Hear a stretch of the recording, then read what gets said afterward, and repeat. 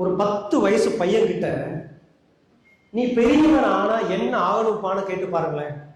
என்ன சொல்றாங்க? போலீஸ் ஆகணும், டீச்சர் ஆகணும், பென்ஸ் கார் வாங்கணும், BMW கார் வாங்கணும், 10 மாடி வீடு கட்டணும்னு சொல்றாங்க குழந்தைங்க. சொல்றாங்களா இல்லையா? அதே பையன் கொஞ்சம் வளர்ந்து ஒரு 25 வயசு படிப்பு முடிச்சு வேலை தேடிட்டு இருக்கான். நினைச்ச வேலைக்கு போறாங்களா? கிடைச்ச வேலைக்கு போறாங்களா? கிடைச்ச வேலைக்கு போறாங்க.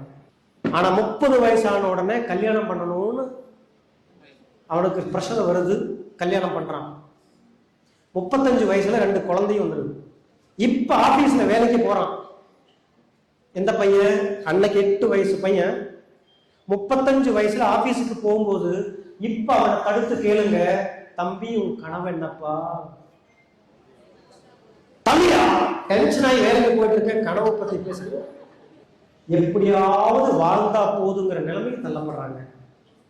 கனவு இல்லாததுனால 35 வயசுல அவர் கோவப்படல. கனவை கேட்ட போது நான் நினைச்ச கனவை நான் பார்க்கிற வேலையிலிருந்து சாகுற வரைக்கும் இருந்தா கூட என்னால அதை நிவர்த்தி செய்ய முடியாதுங்கிற உண்மையை புரிஞ்சதுனால பெரிய குழி எடுத்து அதுக்குள்ள அந்த கனவையெல்லாம் போட்டு அதை மண்ணை போட்டு மூடி கிடைச்ச வாழ்க்கை வாழ்ந்துட்டு இருக்கான் சார்.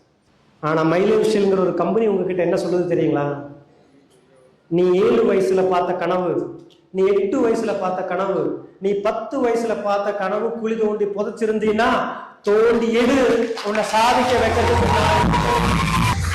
அதை தோண்டி எடு. உன்னை அந்த கனவு அடைய வைக்கிறதுக்கு நாங்க இருக்கோம்னு சொல்றோம் மைலேஷ் மார்க்கெட்டிங் கம்பெனி.